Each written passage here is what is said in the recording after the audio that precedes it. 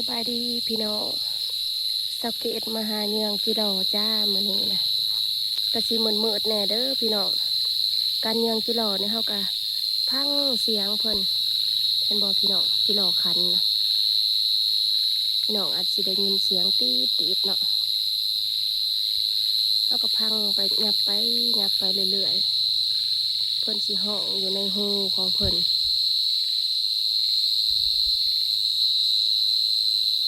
เด้พี่น้องสังเกตเห็นล่ะนี่เห็นแต่ก้นเพิ่นเห็นเพิ่นห้องอยู่ในปากหูเพิ่นเขาก็เอาเสียมซาบลัดหูเพิ่นก็สิได้แบบบ่ต้องคุดเลยพี่น้องจิรอตัวผูเด้อที่เพิ่นห้องนี่วิธีการหาจิรออีกหกแบบหนึ่งเด้พี่น้อง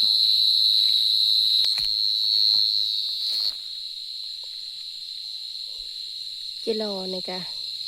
เสียงเพิ่นดีก็มีผู้บางคนก็เอิ้นนักห้องใต้ดินเนาะพี่น้องเสียงไกลๆเนาะ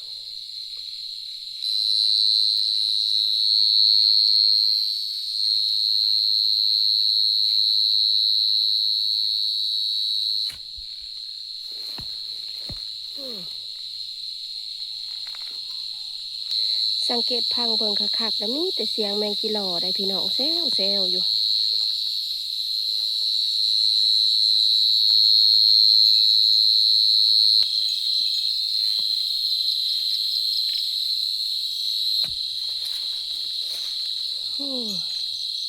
เสียมซับลัดโฮเพิ่นไว้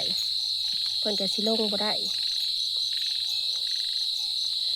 นี่แหละเขาเอิ้นว่านักห้องใต้ดินเนาะพี่น้องกลางคืนน่ะก็ขึ้นมาห้องขึ้นมาคัน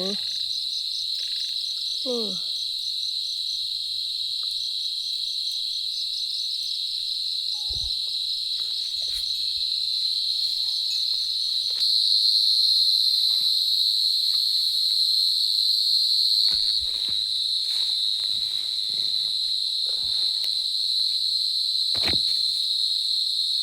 ป้าหกเลยเลี้ยวบ่อยากเห็นปานใด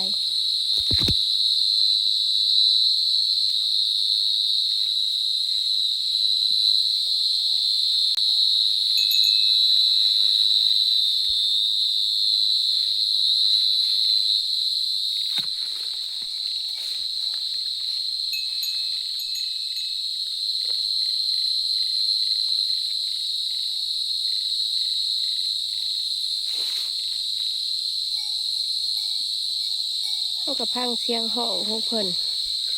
เสียงห้องแล้วเขาก็ค่อยเจาะไปเพิ่นห้องอยู่ในปากหูของเพิ่นเลย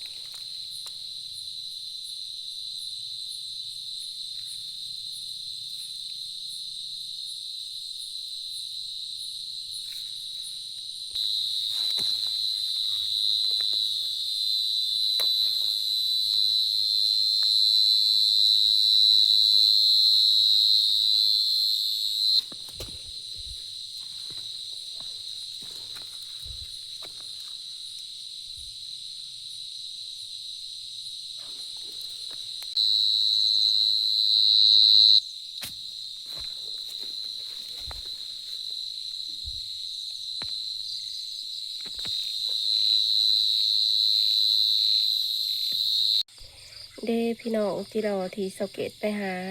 ไปซับหลัดโฮเพิ่นแล้วก็ได้มา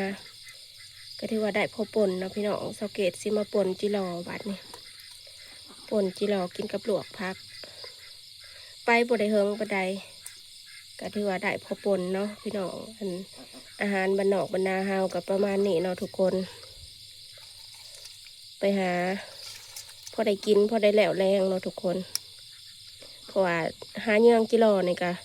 ขั้นบ่คำบ่มืดกะหาเยื่องบ่ได้เนาะทุกคน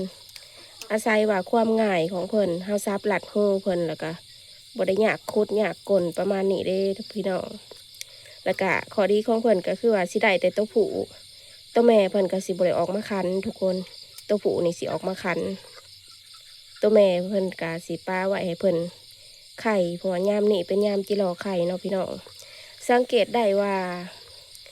เวลาไปหาเหยื่อจิรอในสังเกตสิบ่ปากบ่เว้าย้อนว่าคันเฮาเว้าเลยจิรอเพิ่นสิหย่าห้องเด้พี่น้องสังเกตก็เลยบ่เว้าให้ทุกคนได้ยินเสียงจิรอคันหรือว่าจิรอห้องเอาสังเกตสิขัวจิรอจังสิมาป่นบัดนี้แล้วเลยเด้อพี่น้องป่นจิรอสังเกตใส่น้ำบ่หลายใส่น้ำน้อยหนึ่งป่นจิรอกะป่นจิรอกับป่นตามปกติเด้อพี่น้องขัวแล้วก็ทำมาตำให้ละเอียดตำให้มุนๆแล้วก็ต้มน้ำปลาแดกใส่ปรุงรสใส่มักพริกแล้วก็ใส่แป้งนัวจ้าพี่น้องแต่ว่าจางเค็มนี่เฮาก็เติมเอาแล้วก็มีปีกไก่นำมีลวกผักบ้งผักกาดนำแล้วก็มีมะเขือใหญ่นำหน่วยบักใหญ่เลยสเก็ตผ่ามาเด้อพี่น้องมากินข้าวแรงนำสเก็ตมื้อนี้นะคลิปนี้ก็สิขอจบไว้ซ้ำนี้ก่อนเด้อทุกคนพบกันใหม่คลิปหน้าจ้าสบายดี